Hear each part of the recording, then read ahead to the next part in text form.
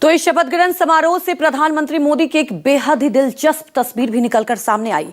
PM Modi ने शपथ ग्रहण समारोह के मंच पर जनसंघ और बीजेपी के एक पुरानी कार्यकर्ता का पहले सम्मान किया और फिर पैर छूकर उनका आशीर्वाद लिया। आखिर कौन थे वो शख्स जिन्हें पीएम मोदी ने मंच पर पैर छूकर प्रणाम किया? देखिए इस पूरी रिपोर्ट में।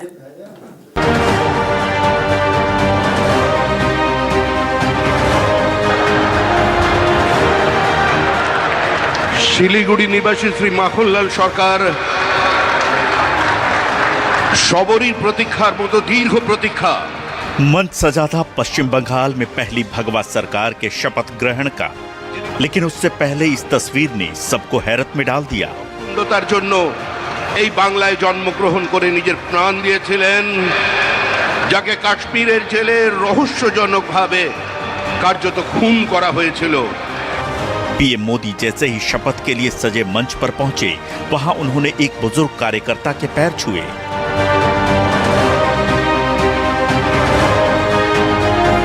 प्रधानमंत्री ने न सिर्फ उनके पैर छुए बल्कि आशीर्वाद भी लिया और गले लगाकर सम्मान दिया।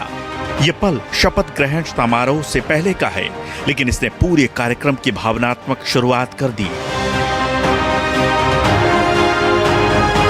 लोग सोच रहे थे कि एक अनजान सा चेहरा जिसे खुद प्रधानमंत्री नरेंद्र मोदी इतनी इज्जत दे रहे हैं, वो आखिर है कौन?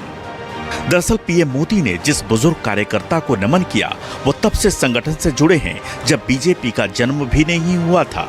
वो बंगाल में राष्ट्रवादी विचारधारा के शुरुआती स्तंभों में से एक माने जाते हैं। 98 साल के माखनलाल सरकार उस समय से बंगाल में संगठन का काम कर रहे हैं जब राज्य में संघ या बीजेपी का अस्तित्व लगभग ना के बराबर था। 1952 में जब बीजेपी के पितामह कहे जाने वाले डॉक्टर श्यामा प्रसाद मुखर्जी कश्मीर में तिरंगा फहराने के लिए आंदोलन कर रहे थे, तब माखनलाल सरकार उनके साथ थे। आंदोलन के दौरान उन्हें गिरफ्तार भी किया गया था। वे डॉक्टर श्यामा प्रसाद मुखर्जी के करीबी सहयोगी रहे और उनकी आखिरी यात्रा के गवाह भी। साल 1980 में बीजेपी की स्थापना के बाद उन्होंने बंगाल में पार्टी और संगठन के विस्तार में काफी अहम भूमिका निभाई। वो संगठन की सिलीगुड़ी जिला के शाखा के संस्थापक अध्यक्ष भी रहे हैं। सिलीगुड़ी में काम करने के दौरान तत्कालीन पश्चिम दिनाजपुर, दार्जिलिंग और जलपाईगुड़ी जिले में संगठन के संयोजक के तौर पर काम करते हुए उन्होंने महज 1 साल के भीतर 10,000 नए सदस्य बनाए थे। हमारा श्यामा प्रसाद मुखर्जी के साथ था, राष्ट्रगान गाने के नाते पापा को गिरफ्तार दिल्ली में हुआ था। बहुत साल श्यामा प्रसाद मुखर्जी के साथ काटाया। बाबा आदर्श से कभी विच्युत नहीं हुआ। ये आरएसएस का जो आदर्श है वो आदर्श में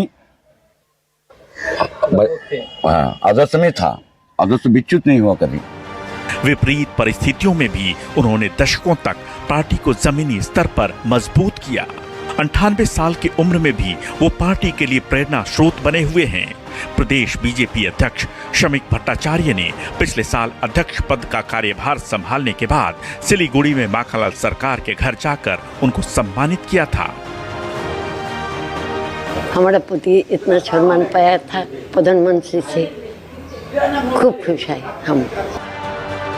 और अब बंगाल में पहली बीजेपी सरकार के शपथ ग्रहण के मंच पर प्रधानमंत्री नरेंद्र मोदी द्वारा इस सम्मान ने एक साफ संदेश दिया है।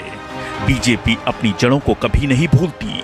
ये उन अनगिनत कार्यकर्ताओं के प्रति कृतज्ञता है जिन्होंने बिना किसी पद की लालसा के सिर्फ राष्ट्र और पार्टी की सेवा में अपना जीवन समर्पित कर दिया। ये संदेश पार्टी के युवा कार्यकर्ताओं के लिए भी है कि सच्ची निष्ठा और बलिदान कभी व्यर्थ नहीं जाता।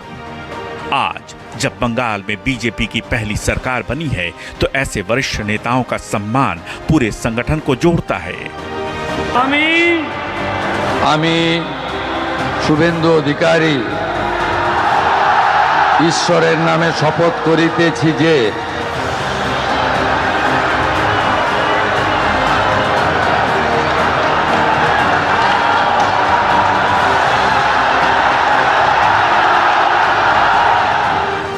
ये तस्वीर सिर्फ सम्मान की नहीं बल्कि इतिहास से वर्तमान को जोड़ने की है। 1952 के उस आंदोलन से लेकर 2026 के इस ऐतिहासिक शपथ ग्रहण तक बीजेपी की यात्रा में माखनलाल सरकार जैसे अनगिनत कार्यकर्ताओं ने पुल का काम किया है। प्रधानमंत्री का ये भावुक सम्मान बंगाल की नई सरकार और कार्यकर्ताओं के लिए बड़ा संदेश है। Bureau report, news 24। শিলিগুড়ি নিবাসী শ্রী মাখনলাল সরকার সবরই প্রতীক্ষার মতো দীর্ঘ প্রতীক্ষা